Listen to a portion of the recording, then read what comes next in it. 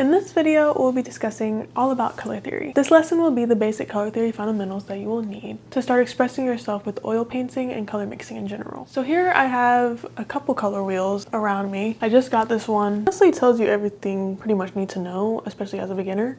It even has a value scale on it as well. It shows you what adding all the colors on the color wheel will do and what adding black or white does. On the back, it shows the different color schemes. So like complementary, analogous, monochromatic, and so on. We'll be talking about that soon also. I recommend you getting your own color wheel that you can reference whenever you're painting. I found this one that I made in college when I was studying. And I also got this poster from the art supply store, which also has a lot of information. Even though it's simple, it's good to have a color wheel near you, especially when you're struggling with color on a painting, because you can constantly reference it to see what colors work well together. The color wheel is like your compass when color mixing. So first, we're going to begin by talking about the three primary colors. If you already know this, that's fine, but it's good to have a refresher. It was good for me to go research again and write the script for you all so that I could get a refresher as well. So primary colors. The three primary colors are red, yellow, and blue. Primary colors cannot be made by mixing other colors. That's why they're called primary colors. So when you combine a primary color with another primary color, you get secondary colors. Yellow and blue make green, yellow and red make orange, and red and blue make purple. Super simple so far, right? Now, if we combine those secondary colors with a primary color, you get tertiary colors. We just keep branching off the more and more you mix colors together. Yellow mixed with green is going to give you yellow green. Yellow and orange make yellow orange. Red and orange make red orange. Blue and green makes blue green. Blue mixed with violet gives us blue violet. And finally, red mixed with violet gives us red violet, or purple. Red purple. Mixing these colors with each other or adding tints and shadows creates an even larger range of colors that you can use, but we'll keep it basic for now. Next, we'll be talking about the most important topic, to me at least, when talking about color mixing, and that is understanding the divide between warm and cool color. Now, we aren't talking about colors that feel warm or cool or evoke a warm or cool emotion, but rather how close these colors are to blue or orange on the color wheel. If we split this color wheel down its axis, between green and yellow, on one side we have warm colors and on the other side we have cool colors. The most simple way to explain this is that colors that contain the most noticeable amount of blue are considered cool, and those not containing a noticeable amount of blue are considered warm. So why is this so important? Because knowing the difference will help you achieve a lot of the effects that you might be trying to gain when painting. Warm and cool are opposites. Colors appear more vibrant and more interesting to the human eye when they're next to their opposite color, like complementary colors. Oftentimes you'll see a lot of warm colors that are next to a small amount of blue that will make that warm part really pop. It will kind of activate the warm colors and make colors appear brighter and more interesting to look at. So next we're going to talk about hue. A lot of times people use the word hue when they're just talking about a color just to seem like they're saying something fancy, I guess. While that's not necessarily wrong, it's not completely right either. It's just good to know what you're actually saying when you're using the word hue. Hue describes which of the 12 colors on the color wheel is the most dominant in a color. This is important because sometimes you'll see a color and it won't be presented to us in its purest form. Like, have you ever seen those videos on social media where they are clearly mixing a gray paint, but when it's put on the canvas next to other colors, it looks red or blue? That's exactly what I mean. Colors can be expressed in a very low saturation, which makes it look gray. But if we look at that gray color again, we could say that the hue is blue because the most dominant color when looking at it is blue. Our next term to know is chroma. Chroma is pretty much the same word as saturation. What we're talking about here is how pure the expression of a color is. So when looking for hue, we're looking for the most dominant color in that mixture. So here the hue is obviously blue. Here's a very chromatic or saturated blue, and here's a blue with low chroma. Now let's talk color schemes. There are so many color choices, so sometimes it can seem confusing, especially as a beginner. So here are just three basic color palettes that I think can be really useful and seem to be really prevalent in my work. I also have this cube that I made. I think it was a 2D in color theory class in college. It just shows a couple of the color schemes. So the first one we're going to be talking about is monochromatic. Also, please remember throughout this module that learning color theory, just like learning anything else, learning oil painting, things take time. It can be quite overwhelming since there's so many concepts, combinations, and colors. So it's best to keep it simple when just starting. Mono equals one and chrome equals color. So that means in a monochromatic color scheme, you're using one color. On each side of this block, we had to do a different color scheme. So for the monochromatic one, I chose to do red. When you add white to something, it makes a tint. And when you add black to something, it makes a shade. If you remember what we just learned about hue, the hue here is still red. I just made the tint of red, which is this pink, obviously. because when you mix red and white together, you get pink. Monochromatic because we're only using one color, one hue. There's tints and shades of this color on here. This monochromatic concept works with any color, but to keep it easy, we're just going to use a darker color and white as our color scheme. For our darker color, I would recommend raw umber. I use raw umber for all my darkest darks. I rarely ever use black, so I'm not going to really be talking about black in this whole course, honestly. But if you want to use black, a lot of artists do that because it also has a blue hue to it, so it can cause different effects in your paintings.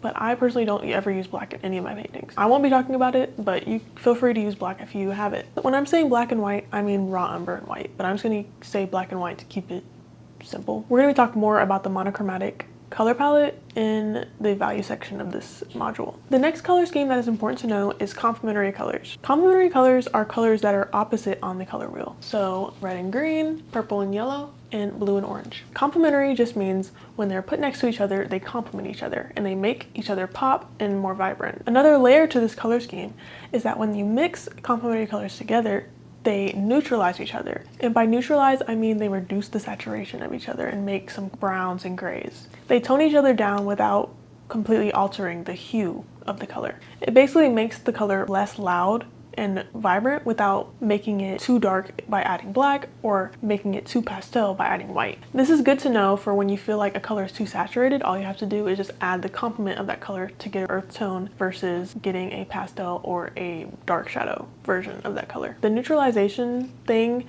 can happen also by adding white or black, but that's only if you're okay with getting a pastel or a dark shadow color. Just keep in mind when trying to make a color less saturated, you'll have a different effect depending on what you mix it with. With white making it more pastel, with black obviously making it darker, and then with the complementary color you get an earth kind of brown color. Using the complementary color scheme can make colors look more vibrant and eye-catching and cause more color harmony and balance when mastered. The last color scheme we'll be talking about is analogous colors. Analogous colors are just 3 or more colors that are next to each other on the color wheel that create a visual harmony. These colors share a common hue. Like red, orange, and orange are considered analogous colors because they're next to each other on the color wheel and they all share the common hue of red. Because analogous colors share a common hue, it makes this a popular color choice for creating balance in paintings and color harmony. I think when I was first learning how to paint, this was like what I gravitated towards because they mix well together. They won't make muddy brown or gray colors because they share that common hue. I didn't know that at the time, but so on my cube, I chose yellow, orange, orange, and red, I think. Red, orange? Something like that. I love this cube. So there are actually a few different other color schemes, and they are on this cube. I really like this color scheme. But we're not going to be talking about that because I'm just trying to keep it basic for you guys. Maybe in my next course, I'll go into more detail about those, but we're just going to keep it simple for now. Now let's talk about the oil paint colors that I put on my palette and how I recommend that you set yours up. Like I mentioned before, the main colors in a primary color scheme are red, yellow, and blue. The oil paint you should kind of start this out with is alizarin crimson for your red, lemon yellow for your yellow, and cerulean blue for your blue. And don't forget your raw umber, white, and yellow ochre to help with value creation and skin tones. You can create all the colors that you will need for this course and to start with this color palette. But I'm going to explain that bigger color list that I mentioned before in my supplies video and why I use that. So I usually paint with a co-primary color palette. And that just means I have 2 reds, 2 yellows, and 2 blues. This is also called a warm and cool primary palette. So we talked about warm and cool colors, right? So there's actually a warm version and a cool version of the primary colors. And they all create different secondary colors, which in turn make different tertiary colors. It just gives you a wider range versus just using one set of primary colors. This means we'll have a cool yellow, which is lemon yellow, and a warm yellow, which is cadmium yellow hue. The cool red is alizarin crimson, and the warm red is cadmium red hue. And finally, the cool blue is cerulean blue. The warm blue is ultramarine blue. This palette gives the best of both worlds, creating intense colors, and of course with the inclusion of raw umber, yellow ochre, and titanium white. Those are all the colors that I use that are usually on my color palette. I've experimented with pre-made greens and purples, and I do like a good Payne's gray. I painted a lot with that color. I really like it. I don't really experiment much with different oil paints. I kind of just keep to what I know, what I learned in college. This is just what I stick by. and what I will be using for this course. I do recommend you try out the co-primary color palette, but oil paint, it can be expensive. So if you do want to stick to those original primaries, just know you'll be working with the cool primary color palette. It doesn't mean that the colors in your painting will all be cool toned. It's just good to know that there is a warm version, and when you mix them, it has a different effect. I actually have these scales that I made in college that it's showing the complementary colors, but also the warm and cool versions of each. This is the warm complementary color scale for red and green. The warm red going into a warm green. This is what happens when you mix the complementary colors. You get this brown earth tone color. This is the cool red and green. This is cadmium red hue, alizarin crimson, and you can see the difference. So then we have warm and cool yellow. Warm being cadmium yellow hue,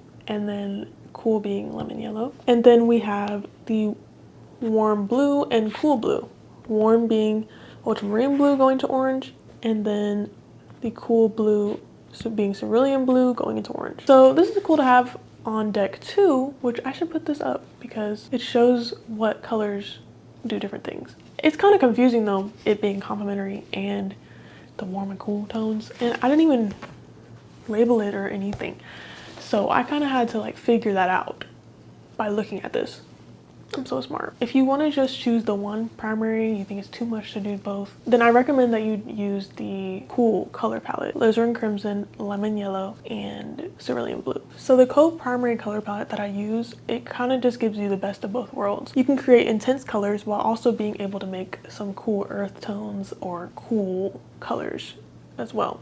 This palette is just what I've been using since graduating, and it just allows me to create any of the colors that I feel like I really need when painting. What you will soon learn as you continue your oil painting journey is that there's no perfect palette that will do everything. Color palettes can be more saturated or more specific or even limited to 2 colors. It just depends on your preference and how you want to go about a painting. And your preference will change as you grow as an artist. For this course, we're just going to keep it simple because I don't want to overcomplicate things for you or myself. There's so many color schemes out there, there's so many color palettes, there's so many oil paints to choose from, so don't be afraid to experiment in the future. It's just important not to add too many colors too quickly, unless you just want to get really frustrated immediately. Here's the order of how I set everything up on my palette. I actually learned this from one of my professors in college because I was just putting paint on the palette. No one was really teaching me how to do that. So one time in class, he literally took all the paint on my palette and redid it. It was like frustrating him so bad. And I understand now after working with an actual color palette in order, how frustrating it probably was to see my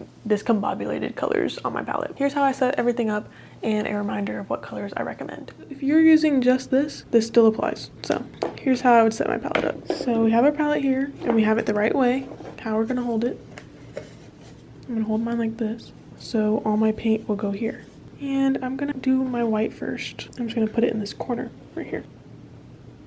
Next we're gonna do our yellows, and this does not include yellow ochre.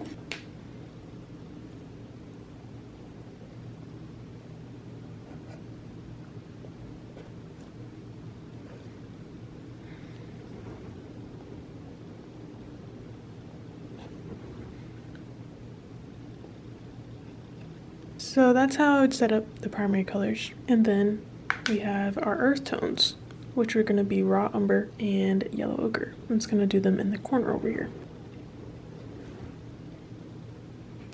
And this is our palette. This is how yours should look.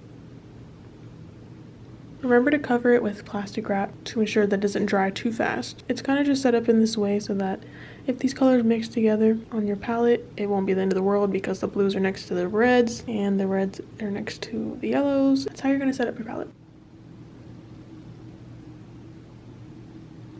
In the next lesson, we'll be talking all about value and making a value scale.